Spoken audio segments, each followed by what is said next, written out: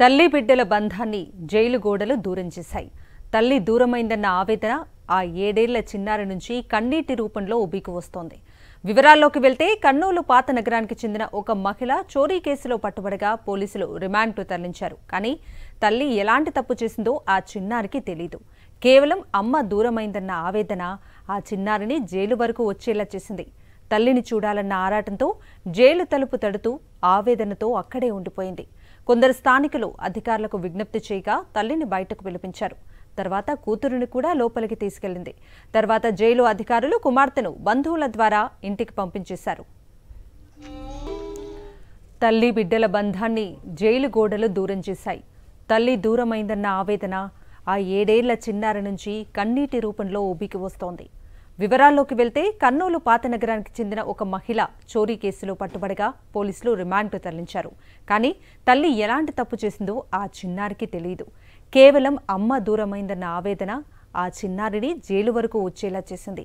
తల్లిని చూడాలన్న ఆరాటంతో జైలు తలుపు తడుతూ ఆవేదనతో అక్కడే ఉండిపోయింది.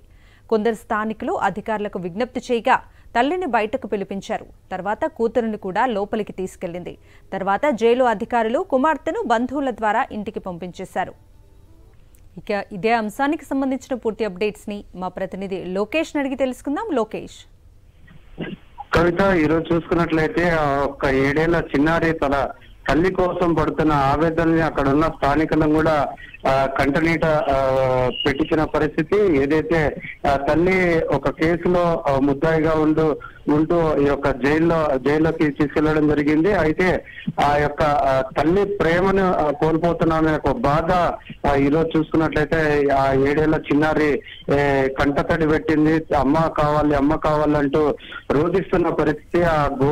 ఆ జైలు గేటు వద్ద ఎంతో బాధతో తల్లి కోసం ఎదురు చూస్తున్న పరిస్థితి అయితే కనపడుతుంది. అక్కడున్న స్థానికులు కూడా అక్కడున్న పోలీసులతో మాట్లాడడం కూడా జరిగింది.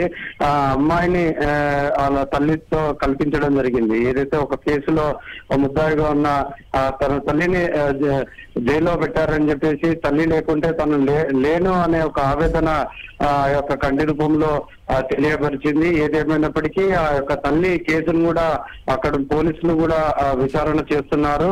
ఏదైతే ఒక తల్లిని కలిపే ప్రయత్నం అయితే కొనసాగుతుంది. ఆ యొక్క పూర్తి స్థాయిలో చేసిన తర్వాతనే ఆ అమ్మాయిని ఆ తల్లికి అప్పగించే పరిస్థితి కూడా ఇక్కడ కనపడుతుంది. Kavitha. Right Lokesh, thank you.